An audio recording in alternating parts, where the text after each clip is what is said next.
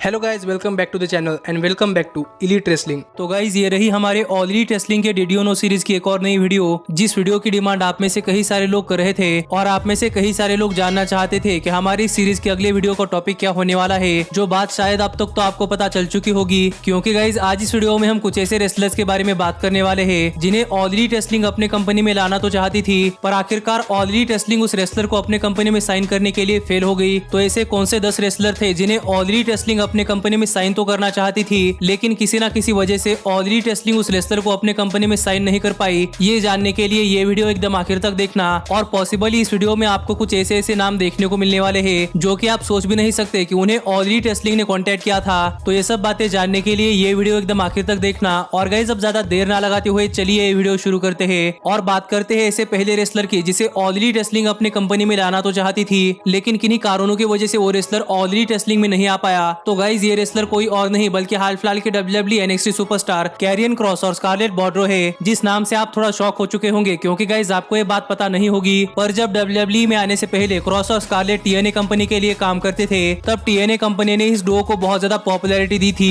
पर आपको भी पता होगा कि TNA कंपनी में बहुत सारे रेसलर्स के क्रिएटिव डिफरेंसेस रहते हैं, जिससे कि TNA कंपनी के बहुत सारे रेसलर्स TNA कंपनी से बहुत ज्यादा नाराज होते हैं। और यही सेम चीज क्रॉस और स्कारलेट के साथ हुई, जिससे कि बहुत सालों तक TNA कंपनी में काम करने के बाद फाइनली क्रॉस और स्कारलेट ने TNA कंपनी से अपना रिलीज मांगा, जिसके बाद कैरियन क्रॉस और स्कारलेट कुछ इंडिपेंडेंट रेसलिंग सर्किट्स में काम कर रहे थे और AEW अपने कंपनी में नए नए रेसलर्स लाना चाहती थी। तो ऑल इलीट रेसलिंग ने अपने सभी कंफर्म रेसलर्स को USA के सभी इंडिपेंडेंट रेसलिंग शोज में भेजना शुरू कर दिया, जिससे कि USA के काफी सारे इंडिपेंडेंट रेसलिंग प्रमोशन में से बहुत ही बढ़िया independent wrestlers All Elite Wrestling में आ पाए। जिसी बीच एक इंडिपेंडेंट रेसलिंग सर्किट कंपनी में Jon Moxley versus Karrion Kross से मैच हुआ, और उस मैच के बाद हमें Karrion Kross All Elite Wrestling के सुपरस्टार के साथ ट्रैवल करते हुए दिखाई दिए, और वो ऑल इलीट रेसलिंग के सुपरस्टार्स के साथ स्टारकास्ट इवेंट पर भी अपीयर हुए थे। और यहाँ पर लग रहा था कि All Elite Wrestling Karrion Kross और स्कारलेट को साइन कर लेगी, पर यहाँ पर सिर्फ ऑल इलीट रेसलिंग के ही नहीं बल्कि WWE की भी नजर कैरियन क्रॉस के ऊपर थी, और WWE नहीं चाहती थी कि Karrion Kross All Elite Wrestling company में जाए, जिससे कि ऑल इलीट रेसलिंग के कैरियन क्रॉस को एक कॉन्ट्रैक्ट ऑफर करने से पहले ही WWE ने कैरियन क्रॉस को एक कॉन्ट्रैक्ट ऑफर कर दिया, जिस कॉन्ट्रैक्ट को कैरियन क्रॉस मना नहीं कर पाए। और यहाँ पर कैरियन क्रॉस ने WWE के साथ एक कॉन्ट्रैक्ट साइन कर लिया, जिससे कि कैरियन क्रॉस जैसे बहुत ही बड़े superstar All Elite Wrestling company के हाथों से छूट गए। और अब यहाँ पर Karrion Kross All Elite Wrestling company के हेड टू हेड कंपटीशन यानी कि NXT के लिए काम करते हैं, जहाँ पर कैरियन क्रॉस का करियर बहुत ही अच्छा खासा चल रहा है। लेकिन अगर ऑल इलीट रेसलिंग और कैरियन क्रॉस के बीच में कोई डील हो पाती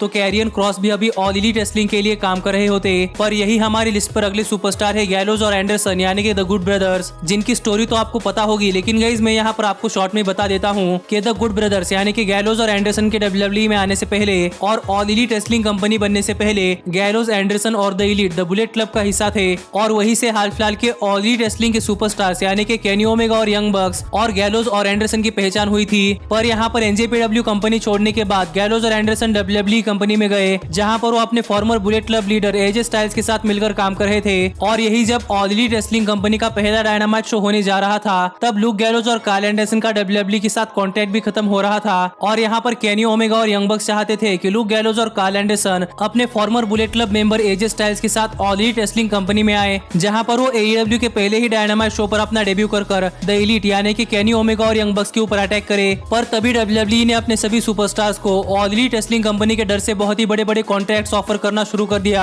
जो कॉन्ट्रैक्ट इतना बड़ा था कि AJ स्टाइल्स, लुक गैलोज और कार्ल एंडरसन WWE को मना नहीं कर पाए, जिस वजह से WWE कंपनी के साथ रिसाइन कर AJ स्टाइल्स, लुक गैलोज और कार्ल एंडरसन ने यंग बक्स को कॉन्टैक्ट कर कहा कि वो ऑल इलीट रेसलिंग कंपनी में नहीं आ सकते, क्योंकि अब उन्होंने WWE के साथ रिसाइन कर लिया है और WWE की डील बहुत ही बड़ी है, जिससे कि ऑल इलीट रेसलिंग कंपनी तो बहुत ज्यादा गुस्से में थी, क्योंकि यहाँ पर लुक गैलोज और कार्ल एंडरसन ने वादा किया था कि वो ऑल इलीट रेसलिंग कंपनी में आने वाले हैं, पर उन्होंने फाइनली WWE के साथ रिसाइन कर लिया। और शायद इसी वजह से ही WWE कंपनी ने लुक गैलोज और कार्ल एंडरसन को रिलीज करने के बाद भी ऑल इलीट रेसलिंग कंपनी ने लुक गैलोज और कार्ल एंडरसन को साइन नहीं किया, और अब वो हमें TNA कंपनी में देखने को मिल रहे हैं। पर गाइज, हमारी लिस्ट के अगले सुपरस्टार है हाल फिलहाल के WWE सुपरस्टार जॉन मॉरिसन, जिनको भी AEW अपने कंपनी में लाना चाहती थी, क्योंकि गाइज जब जॉन मॉरिसन ने 2012 में WWE से अपना रिलीज मांगा था, तब जॉन मॉरिसन चाहते थे कि वो WWE कंपनी से बाहर निकलकर किसी और प्रमोशन में काम करे, और साथ ही साथ वो बाकी सारे इंडिपेंडेंट रेसलिंग प्रमोशंस में भी काम करते हुए दिखाई दिए, जहां पर इस टाइम के बीच में उन्होंने Lucha Underground, Ring of Honor और TNA कंपनी में भी काम किया। और ये उनका WWE से छोटा ब्रेक बहुत ही लंबा ब्रेक बन गया, और देखते ही देखते साल 2019 आ गया जब ऑल इलीट रेसलिंग कंपनी बन रही थी, और यही ऑल इलीट रेसलिंग कंपनी भी चाहती चाहती थी कि जॉन मॉरिसन जैसा बहुत ही बड़ा सुपरस्टार उनके कंपनी में साइन हो जाए और उनके कंपनी को बिल्ड करने के लिए मदद करे, क्योंकि यहाँ पर ऑल एलीट रेसलिंग कंपनी को भी ऐसा हाई फ्लायर चाहिए था जो कि AEW में high flyer wrestling action develop करे। पर तब जॉन मॉरिसन को लगा कि ऑल एलीट रेसलिंग कंपनी एक और नई इंडिपेंडेंट रेसलिंग प्रमोशन कंपनी है, इसलिए जॉन मॉरिसन ने ऑल एलीट रेसलिंग कंपनी में काम करने से मना कर दिया, क्योंकि तब जॉन मॉरिसन दोबारा से WWE कंपनी में जाकर ग्लोबल स्टेज के ऊपर परफॉर्म करना चाहते थे। इसलिए जॉन मॉरिसन ने ऑल एलीट रेसलिंग कंपनी का कॉन्ट्रैक्ट रिजेक्ट कर दिया और उन्होंने WWE के साथ कॉन्ट्रैक्ट साइन कर लिया। जिसके बाद तो जॉन मॉरिसन WWE के बहुत ही बड़े सुपरस्टार तो नहीं बने, पर शायद वो अगर ऑल एलीट रेसलिंग कंपनी में आते तो वो पहले इनॉग्रल TNT हेवीवेट चैंपियन भी बन सकते थे। पर गाइज हमारे इस पर अगले सुपरस्टार कोई और नहीं बल्कि फिलहाल के NWA वर्ल्ड हेवीवेट चैंपियन निक एल्डस है। और अगर आप इंडिपेंडेंट रेसलिंग प्रमोशंस देखते हैं तो ही आपको पता होगा कि निक एल्डस कौन है, लेकिन जिन्हें किन्हें नहीं पता उन्हें मैं बताना चाहूंगा कि निक एल्डस NWA के एक बहुत ही बड़े सुपरस्टार है और हाल फिलहाल में NWA कंपनी का पूरा भार निक एल्डस के कंधों पर ही है, क्योंकि हाल फिलहाल के NWA के चैंपियन कोई और नहीं बल्कि निक एल्डस ही है। पर शायद आपको ये बात नहीं पता होगी, लेकिन गाइस जिस रेसलिंग शो से आगे चलकर ऑल एलीट रेसलिंग कंपनी बनी है उसी रेसलिंग शो में निक एल्डस ने भी परफॉर्म किया था और वो शो कोई और नहीं बल्कि अब तक का इंडिपेंडेंट रेसलिंग का सबसे बड़ा इवेंट ऑल इन था, जहां पर हमें निक एल्डस वर्सेस कोडी रोड्स का मैच देखने को मिला था और इस शो का रिव्यू वीडियो भी आपको हमारे चैनल के ऊपर मिल जाएगा। पर यहाँ पर निक एल्डस ऑल इन शो में परफॉर्म कर रहे थे, तो यहाँ पर हम कह सकते हैं कि निक एल्डस की वजह से भी ऑल एलीट रेसलिंग कंपनी बनी है, जिस वजह से ऑल एलीट रेसलिंग कंपनी ने भी अपने कंपनी के सबसे पहले मेजर साइनिंग के तौर पर किसी और का नहीं बल्कि निक एल्डस का ही नाम सोचा था। और यहाँ पर ऑल एलीट रेसलिंग ने निक एल्डस को AEW कंपनी ज्वाइन करने के लिए कॉन्ट्रैक्ट भी ऑफर किया था, पर तब निक एल्डस के सपने कुछ और ही थे और निक एल्डस चाहते थे कि वो अपने दम से NWA कंपनी दोबारा से तैयार करे और उनकी वजह से ही NWA कंपनी दोबारा से चल पड़े। इसीलिए निक एल्डस ने ऑल एलीट रेसलिंग कंपनी का कॉन्ट्रैक्ट रिजेक्ट कर दिया और AEW कंपनी का कॉन्ट्रैक्ट रिजेक्ट कर निक एल्डस NWA कंपनी में ही रहे, जहाँ पर वो अब भी पूरे तरीके से लॉयल रहकर NWA कंपनी के लिए काम कर रहे हैं। पर मुझे लगता है कि NWA विमेंस चैंपियन थंडर रोजा की तरह ही NWA की वर्ल्ड चैंपियन निक एल्डस भी हमें ऑल एलीट रेसलिंग कंपनी में परफॉर्म करते हुए दिखाई दिए, तो निक एल्डस को ऑल एलीट रेसलिंग कंपनी में देखने का मजा ही आने वाला है। पर गाइज हमारे लिस्ट पर अगले सुपरस्टार कोई और नहीं बल्कि द टॉप 1% EC3 है, जो कि 2015 के आसपास TNA कंपनी में बहुत ही पॉपुलर कैरेक्टर बना, जिस वजह से आगे चलकर WWE ने भी EC3 को दोबारा से रिसाइन कर लिया था। पर WWE में EC3 का करियर उतना अच्छा नहीं चला जितना कि TNA कंपनी में चला, इसलिए WWE कंपनी से रिलीज होने के बाद सब लोगों को लग रहा था कि अब EC3 all Elite Wrestling company में आ सकते हैं, क्योंकि तब EC3 ने टीज करना शुरू कर दिया था कि वो आगे किस रेसलिंग प्रमोशन कंपनी में जाने वाले हैं, जहां पर उन्होंने कई बार ऑल एलीट रेसलिंग कंपनी का भी नाम लिया, जिससे कि सब लोगों ने स्पेकुलेट किया था कि अब हमें EC3 all Elite Wrestling company में देखने को मिलने वाले हैं। पर गाइज ऑल एलीट रेसलिंग ने EC3 को अपने कंपनी में लाने के लिए कभी भी कोई कॉन्ट्रैक्ट ऑफर नहीं किया, क्योंकि guys all Elite Wrestling company चाहती थी कि EC3 अपने आप को दोबारा से रीइन्वेंट करे, जिसके बाद AEW कंपनी EC3 को साइन करने के लिए तैयार है, जिस वजह से EC3 ने ऑल एलीट रेसलिंग कंपनी के साथ कोई भी कॉन्ट्रैक्ट साइन नहीं किया और EC3 दोबारा से TNA कंपनी में चले गए, जहां से EC3 को फेम मिला था। लेकिन EC3 की पॉपुलैरिटी कम होने की वजह से ऑल एलीट रेसलिंग कंपनी ने EC3 को साइन नहीं किया। पर गाइज हमारे लिस्ट पर अगली सुपरस्टार कोई और नहीं बल्कि हाल फिलहाल की best female wrestler Tesa Blanchett है, जिनके बारे में आपने काफी सारी स्टोरीज सुनी होंगी, लेकिन गाइज मैं यहाँ पर आपको शॉर्ट में बताना चाहूंगा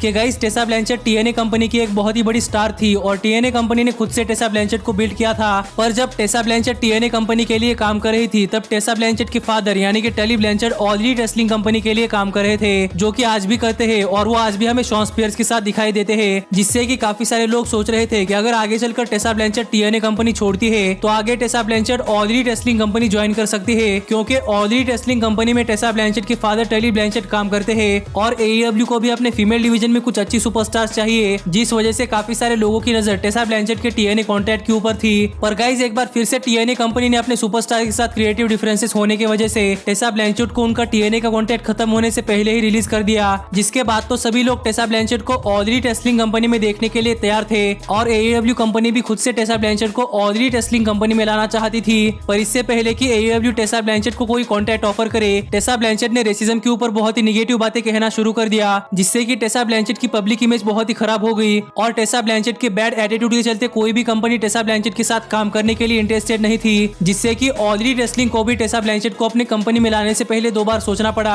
कि अगर Tesa Blanchett all Elite Wrestling company में आते हैं तो ऑल एलीट रेसलिंग कंपनी के ऊपर इसका क्या असर पड़ेगा, क्योंकि हाल फिलहाल में बहुत सारे लोग टेसा ब्लैंचेट के ऊपर गुस्सा थे कि उन्होंने रेसिज्म के ऊपर बहुत ही निगेटिव बातें कही है। इसीलिए ऑल एलीट रेसलिंग कंपनी ने भी अपनी इमेज के लिए टेसा ब्लैंचेट को कोई भी कॉन्ट्रैक्ट ऑफर नहीं करना ही ठीक समझा, जिससे कि AEW ने टेसा ब्लैंचेट को कोई भी कॉन्ट्रैक्ट ऑफर नहीं किया और टेसा ब्लैंचेट भी ऑल एलीट रेसलिंग कंपनी के साथ नहीं जुड़ पाई, क्योंकि टेसा ब्लैंचेट की खुद की पब्लिक इमेज काफी खराब हो चुकी थी। लेकिन गाइज हमारे लिस्ट पर अगले सुपरस्टार कोई और नहीं बल्कि जापानीज लेजेंड कोटा इबुशी है, जिन्हें भी एक टाइम के लिए ऑल एलीट रेसलिंग अपने कंपनी में लाने की सोच रही थी। क्योंकि गाइज जब 2017-18 में कोटा इबुशी यूएसए में आए थे, तब वो यूएसए में डब्ल्यूडब्ल्यूई के क्रूजरवेट क्लासिक टूर्नामेंट का पार्ट रहे थे, जहां पर कोटा इबुशी ने डब्ल्यूडब्ल्यूई में बहुत ही बढ़िया परफॉर्मेंस दी थी और डब्ल्यूडब्ल्यूई भी कोटा इबुशी से बहुत ही ज्यादा इंप्रेस थी और डब्ल्यूडब्ल्यूई ने कोटा इबुशी के कॉन्ट्रैक्ट भी ऑफर किया था। पर कोटा इबुशी को डब्ल्यूडब्ल्यूई की रेसलिंग स्टाइल बहुत ज्यादा पसंद नहीं आई, इसीलिए कोटा इबुशी ने डब्ल्यूडब्ल्यूई के साथ कोई भी कॉन्ट्रैक्ट साइन नहीं किया। जिसके बाद सबको लग रहा था कि अब कोटा इबुशी ऑल एलीट रेसलिंग में जा सकते हैं, क्योंकि तब ऑल एलीट रेसलिंग ने ये अनाउंस कर दिया था कि Kenny Omega all Elite Wrestling company के लिए काम करने वाले हैं। और केनी ओमेगा और कोटा इबुशी रियल लाइफ में काफी अच्छे दोस्त थे, तो सबकी नजरें कोटा इबुशी पर थी कि क्या कोटा इबुशी ऑल एलीट रेसलिंग में आने वाले हैं या नहीं। और अपने बेस्ट फ्रेंड के खातिर केनी ओमेगा ने भी कोटा इबुशी को ऑल एलीट रेसलिंग का एक कॉन्ट्रैक्ट ऑफर किया था। लेकिन गाइस तब कोटा इबुशी को यूएसए की रेसलिंग स्टाइल जरा भी पसंद नहीं आई, इसलिए कोटा इबुशी ने दोबारा से जापान में जाकर ही रेसल करने का सही समझा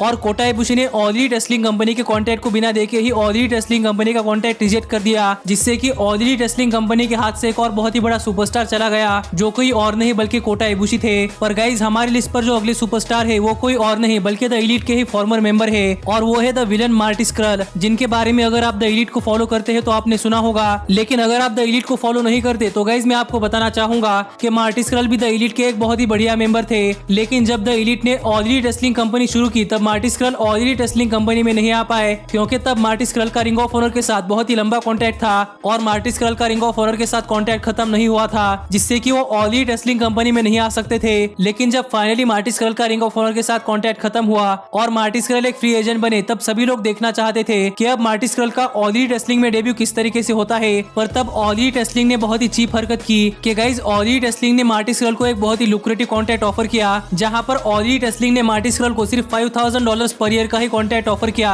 जबकि द एलीट के बाकी मेंबर्स का कॉन्ट्रैक्ट $1 मिलियन पर ईयर का था। और ये शायद इस वजह से हो सकता है क्योंकि यहाँ पर ऑल एलीट रेसलिंग को लगा होगा कि रिंग ऑफ ऑनर तो मार्टिस क्रल को इतने पैसे नहीं देने वाली और अब मार्टिस क्रल के पास All Elite Wrestling company join करने के अलावा कोई ऑप्शन भी नहीं है। पर guys surprisingly Ring of Honor ने मार्टिस क्रल को $1 मिलियन के ऊपर का कॉन्ट्रैक्ट ऑफर करा और वो कॉन्ट्रैक्ट भी काफी लंबा कॉन्ट्रैक्ट नहीं बल्कि एक पार्ट टाइम कॉन्ट्रैक्ट था, जिससे कि Marty Scurll Ring of Honor को मना नहीं कर पाए और मार्टिस क्रल ने अपने दोस्तों को पीछे छोड़कर अपना फायदा देखा, जहां पर मार्टिस क्रल ने रिंग ऑफ ऑनर के साथ एक कॉन्ट्रैक्ट साइन कर लिया, जिसके बाद तो मार्टिस क्रल के ऑल एलीट रेसलिंग में आने के कोई भी चांसेस नहीं दिखाई दे रहे, क्योंकि रिंग ऑफ ऑनर में वापस आने के बाद मार्टिस क्रल ने एक टी शर्ट पहना था जिसके ऊपर मार्टिस क्रल ने लिखा था कि all of my friends are dead. तो मुझे तो नहीं लगता कि अब Marty Scurll All Elite Wrestling में आने वाले हैं। पर गाइज हमारी लिस्ट पर अगले सुपरस्टार कोई और नहीं बल्कि रेटेड आर सुपरस्टार एज है। हाँ गाइज एज के डब्ल्यूडब्ल्यूई में आने से पहले ही ऑल एलीट रेसलिंग की नजर एज के ऊपर थी और एईडब्ल्यू को यह पता था कि डॉक्टर्स ने एज को रेसल करने के लिए क्लियर कर दिया है। तो यहाँ पर एईडब्ल्यू चाहती थी कि Edge All Elite Wrestling company में आए, जिसके लिए ऑल एलीट रेसलिंग ने एज को एक कॉन्ट्रैक्ट भी ऑफर किया था। लेकिन गाइज यहाँ पर एज डब्ल्यूडब्ल्यूई छोड़कर किसी और कंपनी में रेसल करने के लिए तैयार नहीं थे, क्योंकि डब्ल्यूडब्ल्यूई कंपनी ने ही एज को बनाया है।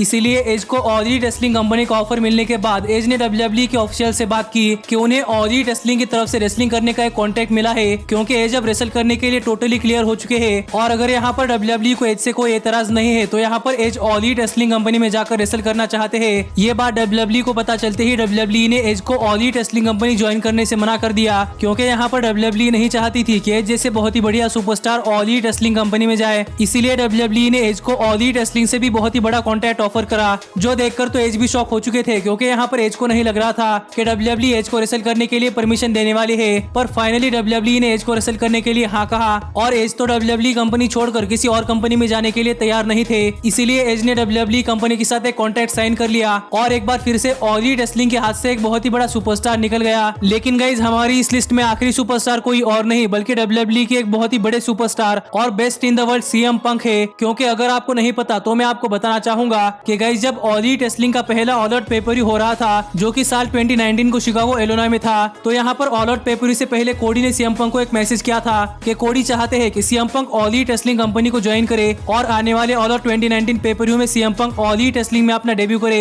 जहां पर ऑल आउट पेपर में आकर सीएम पंक क्रिस जेरिको के ऊपर अटैक करेंगे, जो कि first ever all Elite wrestling के वर्ल्ड हेवीवेट चैंपियन होंगे। जिस आइडिया के साथ ऑल एलीट रेसलिंग ने सीएम पंक को all Elite Wrestling company join करने का एक कॉन्ट्रैक्ट ऑफर किया था। लेकिन यहाँ पर CM Punk all Elite wrestling की तरफ से बहुत ज्यादा पैसे मांग रहे थे, जो कि रिपोर्ट्स की माने तो करीब $10 मिलियन पर ईयर थे, जिस वजह से ऑल एलीट रेसलिंग ने सीएम पंक के साथ नेगोशिएशन करना बंद कर दिया, क्योंकि सीएम पंक अपनी जिद पर अड़े थे कि उन्हें $10 मिलियन पर ईयर चाहिए। इसीलिए सीएम पंक को दिया गया कॉन्ट्रैक्ट ऑफर रिजेक्ट कर ऑल एलीट रेसलिंग ने सीएम पंक को साइन नहीं किया, जिससे कि आज हमें CM Punk all Elite Wrestling में नहीं देखने को मिल रहे हैं, जिसके ऊपर आपका क्या कहना है ये आप मुझे कमेंट कर बताइए। और ये भी बताना कि आपको हमारी ऑल एलीट रेसलिंग के डीडीओनो सीरीज की ये वीडियो कैसी लगी। लेकिन गाइस अब मिलता हूँ आपसे अगली वीडियो में, पर तब तक stay healthy, stay happy and keep watching elite wrestling. Hey, did you like that video? Click the screen for more. And where do you think you're going? Check out our official merchandise page and to support the entire cast. And thanks so much for being the elite. The elite, the elite. What, Nick, you're not going to sing it all with me this time?